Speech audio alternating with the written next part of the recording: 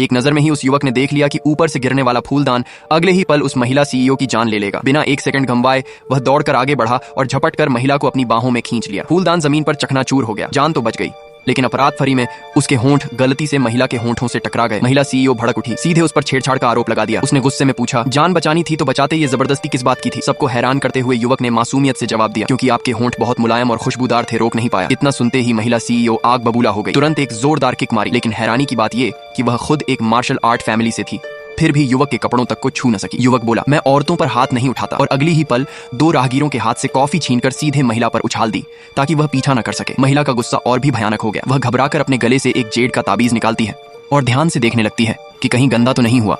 लेकिन वही ताबीज देखते ही युवक का चेहरा बदल जाता है, क्योंकि बिल्कुल वैसा ही ताबीज उसे भी पहाड़ से उतरते वक्त उसके गुरु ने दिया था और कहा था, जिसके पास इसका दूसरा हिस्सा होगा वही तुम्हारी होने वाली पत्नी है। दोनों मिलकर साधना करोगे तो सर्वोच्च शरीर प्राप्त होगा। सच्चाई समझते ही युवक सीधा बोल देता है, ये मेरी पत्नी है। बस फिर क्या था, महिला सीईओ और भड़क गई।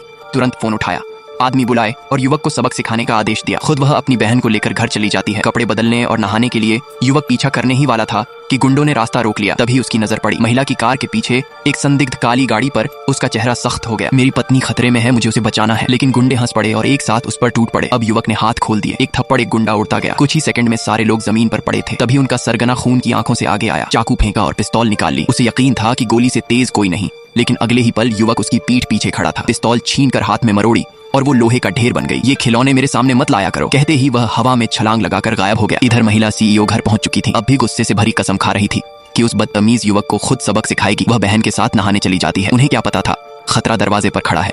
शहर का बदनाम दूसरा पीढ़ी का गुंडा तू शाओ पहले से ही उस पर नजर लगाए बैठा था। वह अपने आदमियों के साथ घर के बाहर पहुंचा और अंदर बेहोशी की गैस छोड़ दी। युवक तेजी से दौड़ रहा था, लेकिन रास्ता भटक गया। उसने अपनी दिव्य दृष्टि खोली, चारों ओर देखा और पत्नी की लोकेशन पकड़ ली। रफ्तार और बढ़ा दी। घर के अंदर दोनों बहनें नहा चुकी थीं। अचानक छोटी बहन को चक्कर आने लगा और वह गिर पड़ी। महिला समझ गई कोई जहरीली गैस है। तभी दरवाजा टूटता है और तू शाओ अंदर घुसता है। वह गंदी बातें करने लगता है। महिला गुस्से में बालों की पिन उठाकर हमला करती है।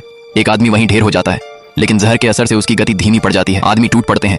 आखिरकार उसे काबू में कर लिया जाता है। तू शाओ हंसता है, जीभ चाटता है और तभी धड़ाम दरवाजा उड़ता है। बिजली की तरह एक साया अंदर घुसता है।